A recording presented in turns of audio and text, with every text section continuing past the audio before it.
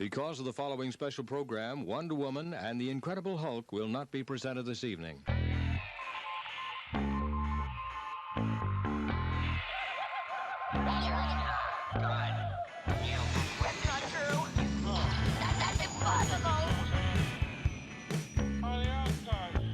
It's time to get all your Star Wars news in a single file. This is Making Tracks. Here are your hosts, Mark Newbold and Dave Tree. That's not true.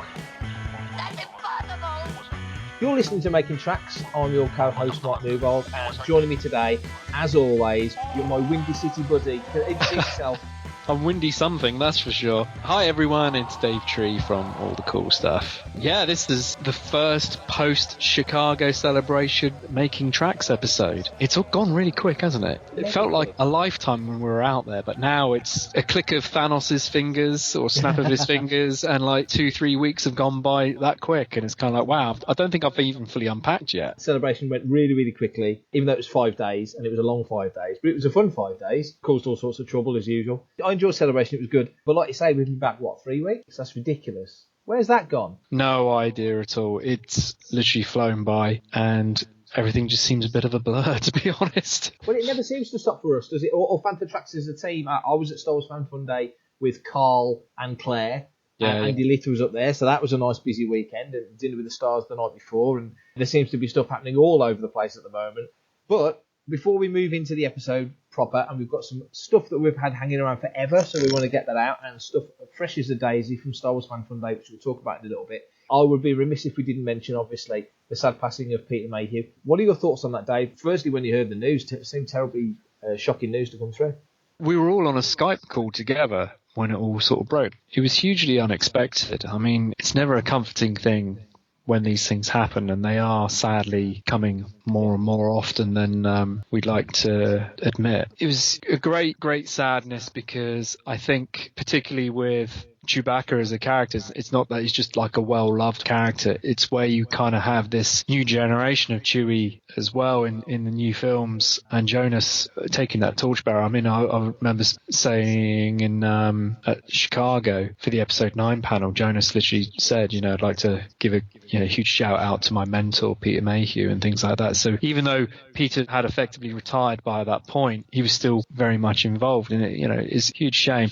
I haven't actually interacted with Peter for well over a decade or so. Certainly in like the 90s, where he was available some of the smaller conventions and things like that, and before like the Men Behind the Masks tour, because that's when it all really took off, I think, for Star Wars signing and stuff like that. Yeah, he was always very, very, very chatty and interacted with everybody. But my favourite Peter Mayhew story isn't actually anything directly to do with Peter himself. A friend who ran shows in Wales, and he had Peter Mayhew as a guest. It was a good 10 years ago, and it's the only time I've known someone have to give someone a refund for their ticket entry because they were complaining about the fact that Peter wasn't in his Chewbacca costume.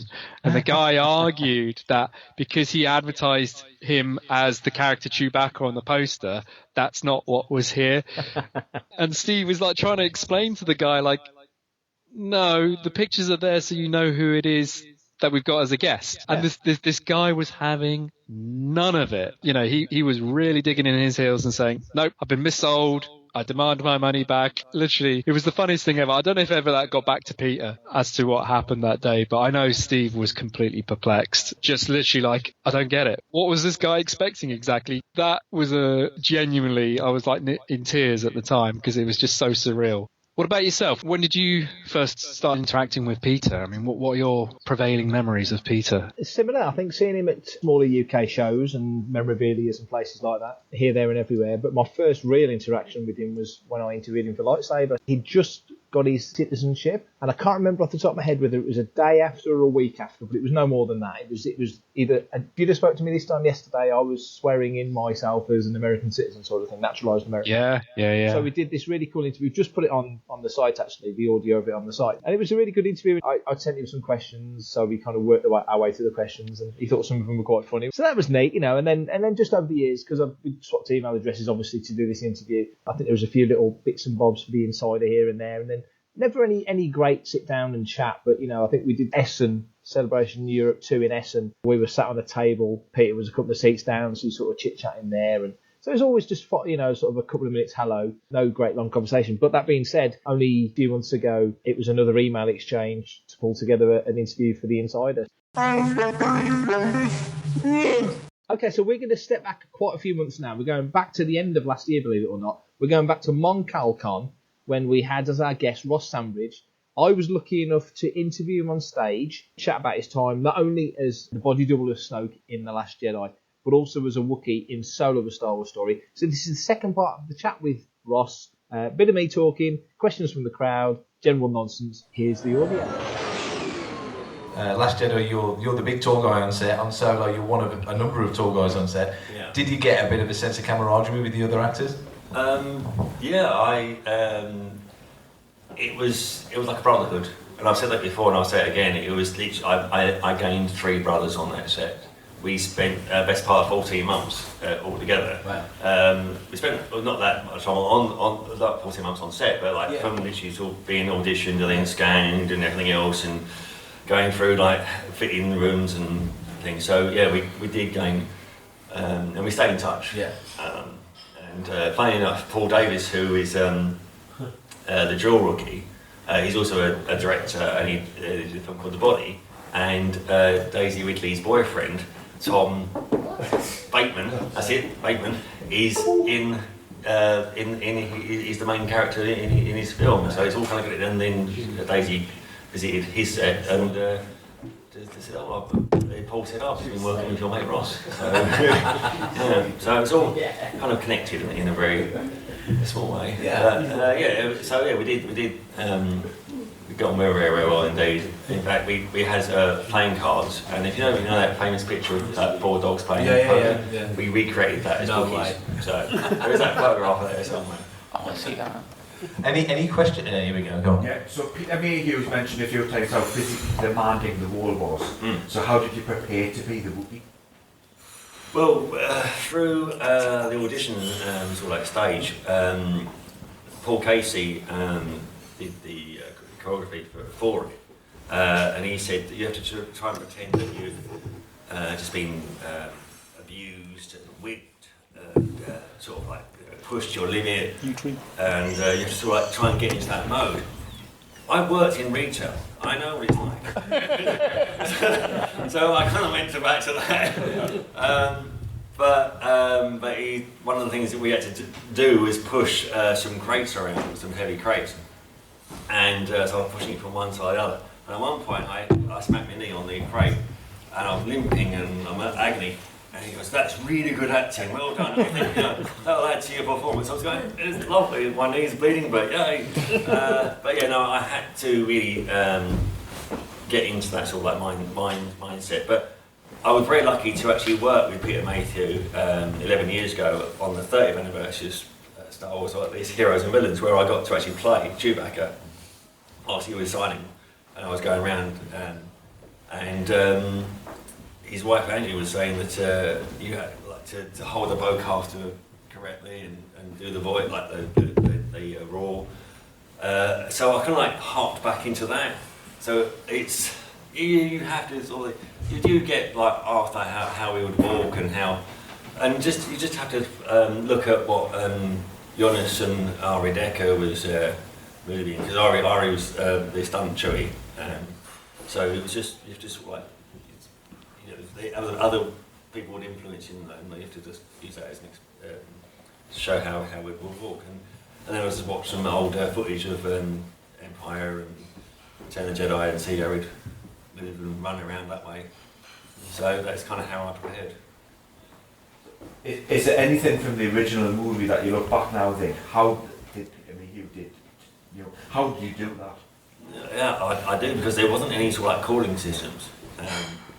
They just had like a little umbrella and drinking and things, and we all had little cooling systems in our suits. But I didn't really use it that much because it was just because of the fact that the yak hair that I had, it kept me cool anyway. And we just had like runners and stuff, just it's water and fans, and whenever we needed to. Particularly the tunnel sequences, we'd have to stop every 5 to 10 minutes because we were literally be melting. But yeah, no, I don't know how he did it, but with Anthony Daniels being on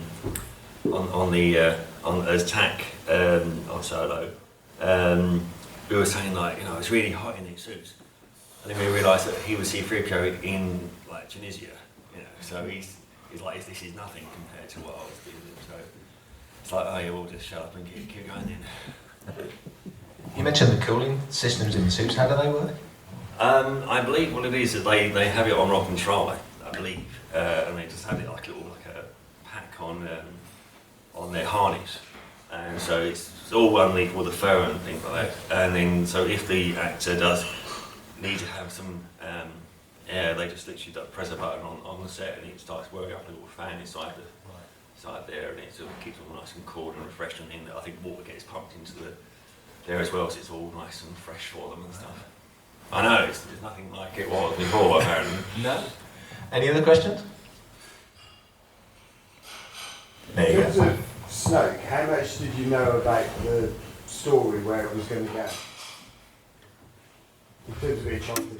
How do you actually? Well, I knew from the first day, I knew what was going to happen to him. I didn't know how he was going to get chopped up. I knew that he was going to get.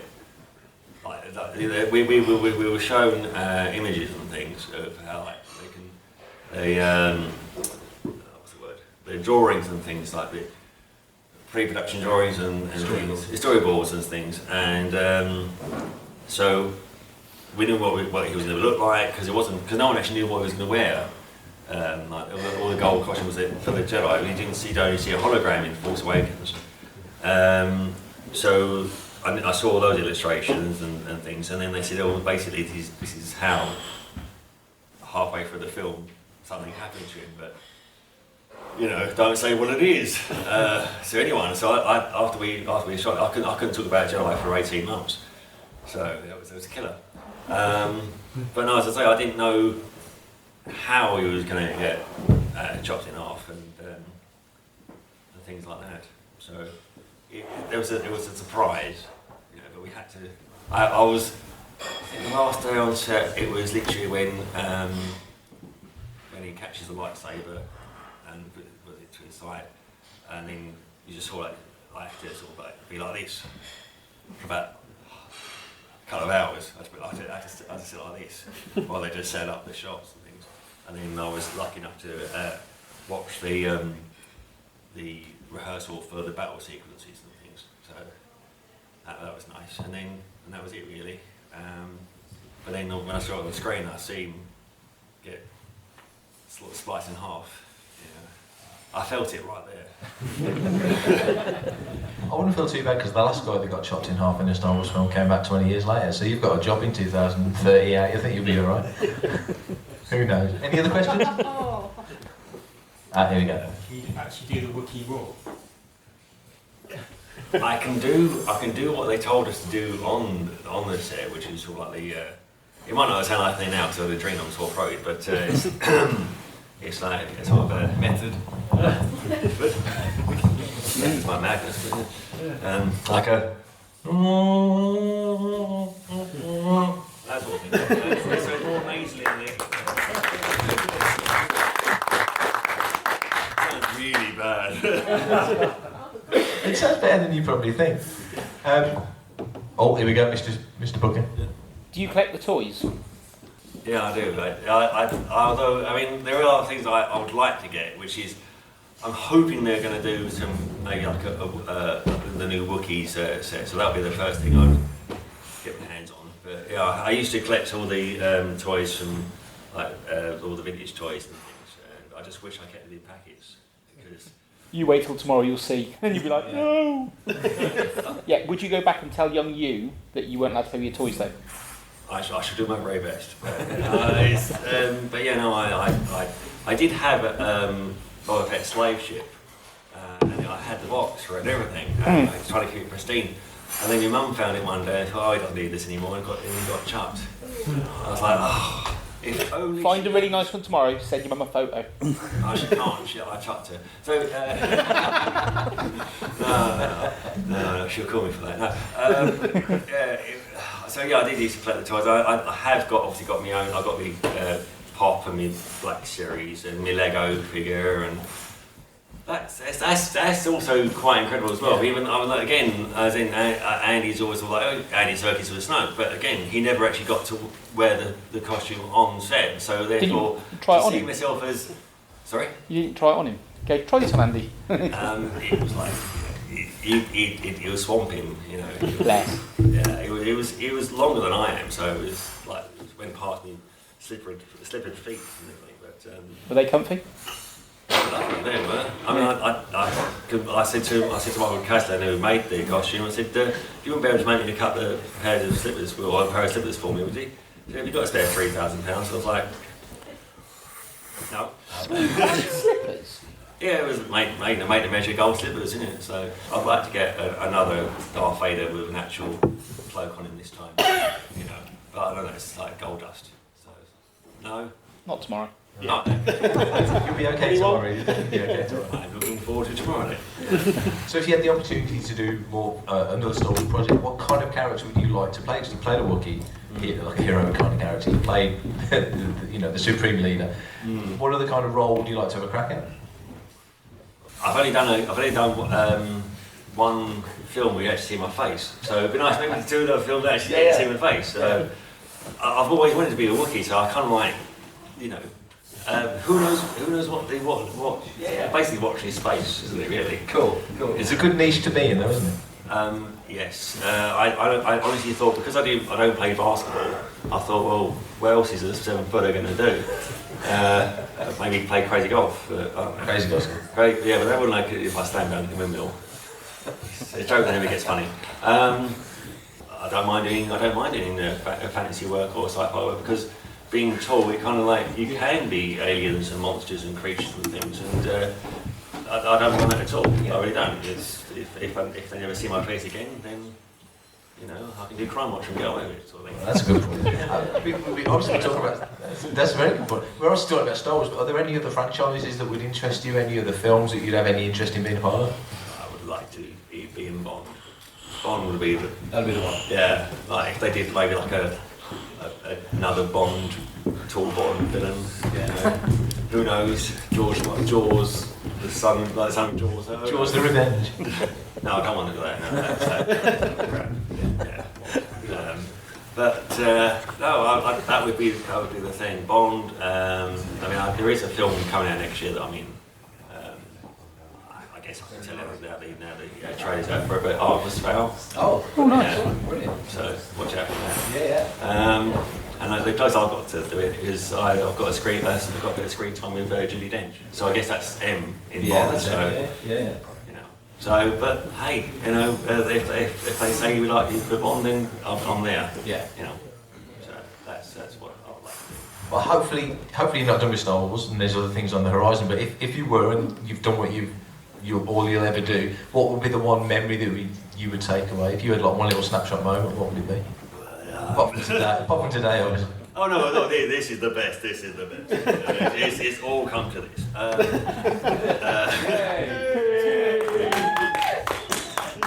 Yeah, 2 for 1 on beer is great. That's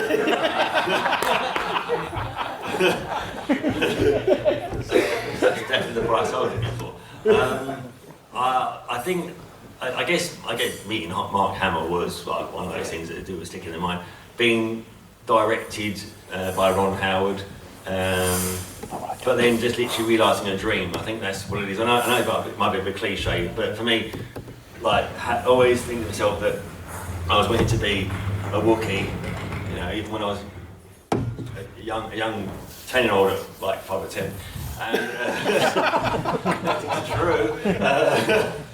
Well, if the teachers can see me now, looking up at me, I would take that experience to the fact is that I said I always wanted to be a Wookiee and hell, once on screen, once out off the screen, and just. I tell you one thing, very quickly. I know I've also got to get on, but one thing they did actually, which was quite nice. I was sitting in the canteen on the Star Wars set, and Anthony Daniels comes in with his wife, sits down after he has his food. He gets up, walks over, and stops, and says, "Where do I know you're from?" And I just stand up and went, "That's where I know you're from. You're from Comic Cons and things like that. How are you?" And I was like, "Oh, I'm good, thank you. We had a nice chat." He walked off, and I sat down again, and Paul says, "Oh, there you go. That's something for a memory bank, isn't it?" Like he actually just took time to say hello to you. I was like, "It's all nice, all this, isn't it?" So yeah, no, those little things I would keep in there, and it's like it's there. That's fantastic. Thanks for talking to us. No, thank you very much. Big round of applause for us.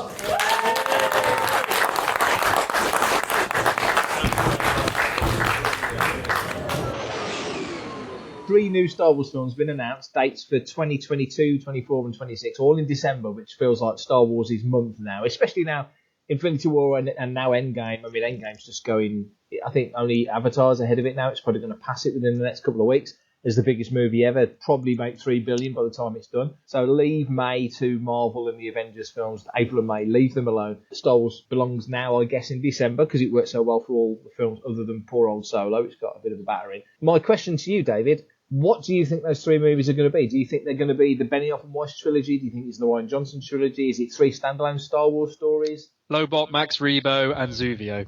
Works for me. That would be the results of the fan poll, if ever there was one.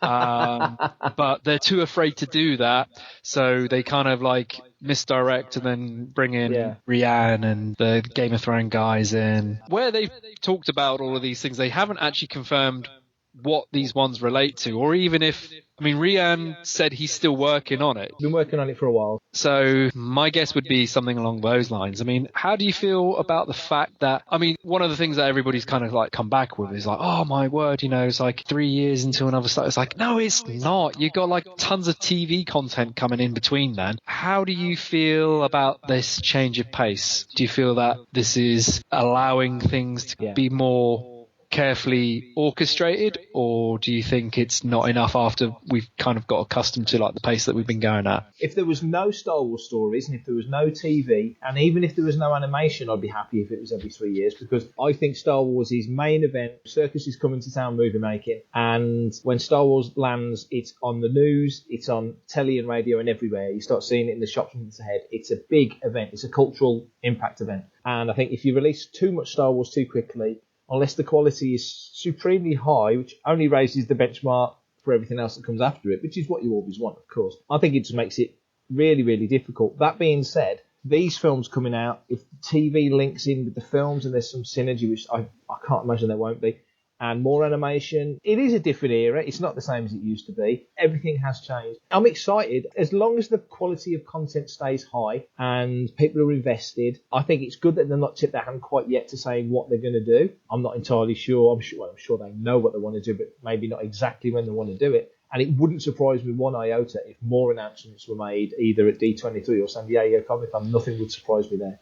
But I would imagine that's probably more in line of the Disney Plus content. And parks as well. You've got so many irons in the fire at the moment that it's kind of, in 3 years' time, you won't see Star Wars as a movie franchise. It would just be like the multimedia that you had with Shadows of the Empire, you know, on all fronts, in everything but the movie scenario going on. Yeah, that's a good thought, actually. I like that. I've not considered it that way. But yes, it is the films now as Star Wars as an IP and as a brand.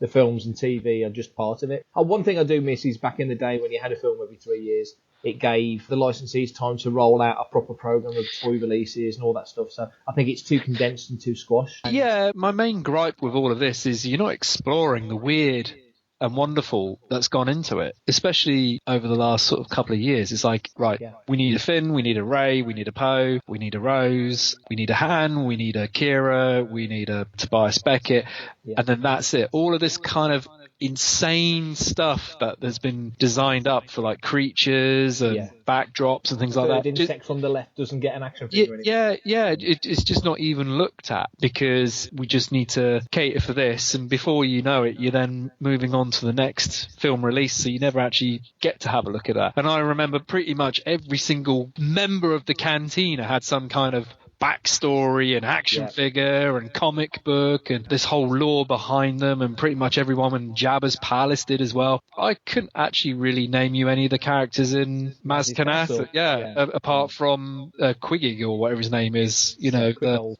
everybody else. But back when things were done that way, you would know everything because you just learn through osmosis of all the stuff that's coming out. Oh, there's the action figure's name is that guy, and oh, it's that person. There'd be a novel out that relates to things, or comic books and stuff like that, but there just isn't the opportunity to do that. And you think of how much stuff has been created, that rich universe for it. It's no more or no less than what you've had before. It's just not exploited to the same degree. So you don't appreciate it. Exploited is a really good word, not in the negative sense, but in the positive sense, because you're absolutely right. All those characters, Star Wars does it better than anyone, and the characters are all there. I'm sure they're all there. Oh, yeah. Like you say, we're not making enough of a deal of it, and that's, you think of you've nailed it, all those characters in the Cantina, but collectors will go, I'm really invested in this character or that character, and they're like nothing background characters. And I suppose you come forward to today when Admiral Akbar gets sucked out the window in The Last Jedi, and a lot of the fandom are like, well, I don't care, it's just a guy in a rubber head. And yet at Star Wars Fan Fun Day, just gone this past weekend, Tim Rose had lines around the room because he was Admiral Akbar and everybody cared about Admiral Akbar. Different perspective on what those peripheral characters kind of mean to the fans. And like you say, today, they're not exploited, but if this was 1983, you said Maz's Castle, perfect example, pretty much every character in there would not just have a page in the short story book, they'd have a proper full history, and I miss that. So I think the longer the gap, the better. I don't mind that. I like investigating the characters and the stories. It's doing it a disservice because that's what you started out with. Even before you went into kind of like the nerdiness and expanded universe side of things of Star Wars, even at a kid level, like you say, in comic books, in like your souvenir photo album, in stickers, as action figures, as just merchandise, you would know all these things. They weren't necessarily the names that they ended up with, like Klaatu and Weequay and stuff like that, but you knew that those characters, as far as you were concerned at that point in time, that was their name. It was only later, it's then expanded upon and stuff like that. All of that concept, refinement, design and craft has gone into creating those things, but then they're just not given anything near the amount of love or attention that they once had. Fast forward to Star Wars Fun Day, Family Fun Days in another 30 years time or so, will those characters that played the current ones now have those lines that Tim Rose did back then? Because they haven't had that kind of exploration of those characters. It's like, well, who is that? Who cares? Whereas, some of these other characters have gone on to like be cult characters because of the fiction and stories that have been created around those things without necessarily giving you any hint of that when you saw them on screen. I always think of the Deveronian dude, the Butcher of Montserrat or whatever it was. Was a really cool story. Hammerhead, he was like a good guy and he was a gardener and all this kind of stuff. And it's kind of like, what? It's great fun stuff. R5D4, Skippy, you got so much of it there. Might work going forward, but what we've just had, you'll probably never get a revisit of that. Nobody will probably ever go back and look at those things in the same way because they're looking at what is the current or the upcoming. So you will have almost like the dark times of post-Jedi, before sort of like Heir to the Empire. You could almost argue that in terms of content and lore, we're actually in a roundabout way in a dark times period because we're not expanding and looking at these things. It's being done, but nowhere near to the degree of what you had, just purely because there's a film release every 12 months. And there just isn't the opportunity. People aren't going to go back and revisit characters from The Force Awakens now because it's 4 years on, or even like Rogue One or Last Jedi or Solo perhaps, but like Rise of Skywalker going forward, because you've got that breathing space, you'll probably have a lot more in-depth look at these things. Just like I say, just feel like missed opportunities, but in terms of the new stuff that's coming, great. Without giving too much away, I've just interviewed Warwick Davis, really good chat about stuff, and one of the things that he said was Star Wars fans are used to feast and famine, which is a really good phrase, because back in the day, you weren't you? You had the original trilogy, then the Dark Times, then there's ebbs and flows. I think since the 90s it's pretty much been fairly consistent, but there's been ebbs and flows, and after Revenge of the Sith you thought it would go quiet, then the Clone Wars came out, pretty much been always there. But now I can't see any ebbs, it's all flow. Lots to do and see, as the kids say. I can't say I've ever seen any kids say that, but I don't know. I'm just making this up as I go along. Oh, Mark, don't ever change. Okay. Hello, Bantha-Trex. Bantha-Trex, I screwed it up. Hi, Bantha-Trex. This past weekend, up in Burnley, Star Wars Fan Fun Day, a whole bunch of Fanthas did it last year. This year there was myself, there was Claire, and there was Carl, who went up, and we met up with Andy Leith whilst we were up there. Had a cracking weekend, dinner with the stars, great fun. Fan Fun Day, always fun. Got loads of really cool audio. Some of the audio will be going on one of our new podcasts, Planet Leia, which is launching very soon. But the rest of the content will be going here on Making Tracks. And the first of that content is with Hugh Quarshie, who played Captain Panaka in the Phantom Menace. So here's me chatting with Hugh Quarshie. So we're here at Star Wars Fan Fun Day. The day is winding down, but it's been particularly busy. I'm here with Hugh Quarshie. How's the day been for you? Oh, look, it's been stress-free. I'll go further. It's been actually quite enjoyable. It's not on the same scale as a celebration, but it's a lot more intimate, and there's no less passion and enthusiasm, but it's also a lot more relaxed, because in the States, let's be honest, you can never be quite sure what to expect. They had to enlist the help of the Chicago Police Department just to guarantee our security. As far as I can tell, there are, and I think there's one copper off duty here. Yes. But for the most part, there's an acceptable level of weirdness. Yes. It's the passion of the fans, and that's always a pleasure to see. It's one of these shows, especially on the UK scene, that's so well regarded because it's a family-friendly show. We're looking around, there's little kids everywhere. And do you enjoy that? Obviously, interaction with fans who know the character, know the film, the history of it, but also meeting the little kids that are just getting into it for the first time. Yeah, I mean, I suppose they must look at their parents and think, "Are you weird, Daddy?" But then they come along and see there's a lot of other daddies who are equally weird, and it's not just harmless fun. You do realise ultimately that although this is a kind of a fantasy-based fictional universe, nevertheless for a lot of people it's part of their reality, and they can choose which bits of their imagination to live out, and that I think is always an important lesson for any kid to learn, that you can, to some extent, you can choose your identity, you can choose your reality, and clearly, as long as it's not harming anybody, as long as it's fun, and it's actually done with goodwill to all men, then it can also be really quite therapeutic, and I can only applaud that. Can you believe now, 20 years since the film came out, probably 22 since you made it, can you believe that amount of time has passed, that we're that far beyond Phantom Menace? Yeah, well, I can, because every morning I look at myself and think, where did all that grey hair come from? But, it is remarkable. I think the film has held up pretty well. There were... it did push the boundaries of filmmaking, because there was a major switch from film to digital. And the advances of CGI that Industrial Light and Magic had made, it was almost like a calling card for ILM.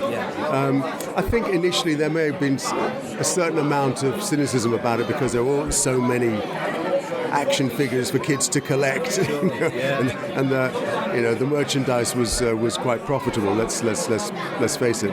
But I think it is interesting, though, that it did dare to go in a darker direction, and in that regard, it was perhaps a bit more grown up. The decision to cast Natalie Portman, I found all that really quite interesting, and not surprising that the film has held up as well as it has, because I think there were elements in it which perhaps people didn't notice the first time around. There was such a vehement reaction almost to Jar Jar Binks, and the effect that had for a lasting effect on Ahmed Best. I don't think people quite realize how traumatic it was for him for a while, but I'm so pleased that he's held out, and 20 years later he's come good. There's been a sort of 180-degree turn, and actually people think what he did was skillful, it was bold, and it was as well as being entertaining. And so I feel really pleased for him that he's been sort of not simply rehabilitated but vindicated and celebrated now. Yes. So that's all good. And were you aware when you were making the film, in one sense, what a technological advance it was, and two, culturally, it's the return of Star Wars, and it was such a big deal in the 80s and the 70s, and it's coming back in the 90s. Was that something that you were aware of, or was it all about the work? It was. I think that it had been something like a 17-year wait between the Return of the Jedi and the Phantom Menace, and so there was an eager anticipation. The making of it turned out to be on the floor of the studio a little bit more mundane, because there was always so much green screen going on, and there were occasions when we were reacting to things that weren't there, or some tall guy wearing a funny mask on his head, and you had to keep a straight face. So it did require a certain amount of discipline and make believe, in the same way that you kids might play in the playground. I remember it was funny when Liam and Ewan doing their sword fights initially with metal lightsabers, and then going until it was pointed out to them that they didn't have to do the sound effects. So, as I say, it was at times a bit pedestrian and mundane, the actual filmmaking of it. But then the time, the effort, the cost went into the green screen, into what was put on post-production. And then you realize just how much of an achievement the whole thing was technically.